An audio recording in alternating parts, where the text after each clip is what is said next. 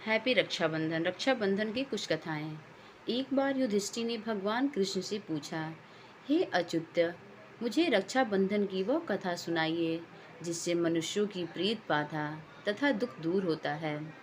भगवान श्री कृष्ण ने कहा, हे पांडव श्रेष्ठ, एक बार दैत्यों तथा सुरों में युद्ध छिड़ गया और यह युद्ध लगातार 12 वर्षों तक चलता रहा। असुरों ने देवताओं को पराजित करके उनके प्रतिनिधि इंद्र को भी पराजित कर दिया। ऐसी दशा में देवताओं शहीद इंद्र अमरावती चले गए। उधर विजेता दैत्यराज ने तीनों लोगों को अपने बस में कर लिया।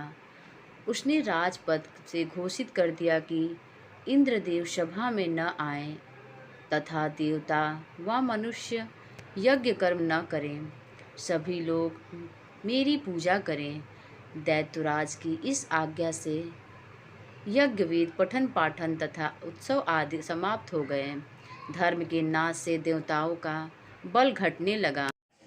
यह देख इंद्र अपने गुरु बृहस्पति के पास गए तथा उनके चरणों में गिरकर निवेदन करने लगे, गुरुवर, ऐसी परिस्थितियां कहती हैं कि मुझे यहीं प्राण देने होंगे।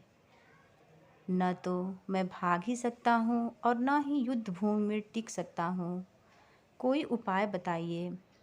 बृहस्पति ने इंद्र की वेदना सुनकर उसे रक्षा विधान करने को कहा।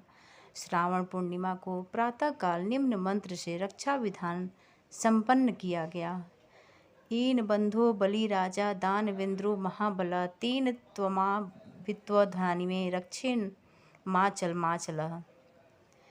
इंद्राणी ने श्रावणी पूर्णिमा के पावन अवसर पर द्विजों से स्वस्तिवाचन करवा कर रक्षा का तंतु लिया और इंद्र की दाहिनी कलाई में बांधकर युद्ध भूमि में लड़ने के लिए भेज दिया। रक्षाबंधन के प्रभाव से दैत्य भाग खड़े हुए और इंद्र की विजय हुई। राखी बांधने की प्रथा का सूत्रपात यहीं से शुरू हुआ। रक्षाबंधन की धर्म भावना पर न्योछावर थे। जहांगीर ने एक राजपूत स्त्री का रक्षा सूत्रपात पाकर समाज को विशिष्ट आदर्श प्रदान किया। इस संदर्भ में पन्ना की राखी विशेषतः उल्लेखनीय है। एक बार राजस्थान की 2 रियासतों में गंभीर कलह चल रहा था। एक रियासत पर मुगलों ने आक्रमण कर दिया। अवसर पाकर दूसरे रियासत वाले राजपूत मुगलों का साथ देने के लिए सैन्य सज्जा कर रहे थे। पन्ना भी इन्हीं मुगलों के घेरे में थी।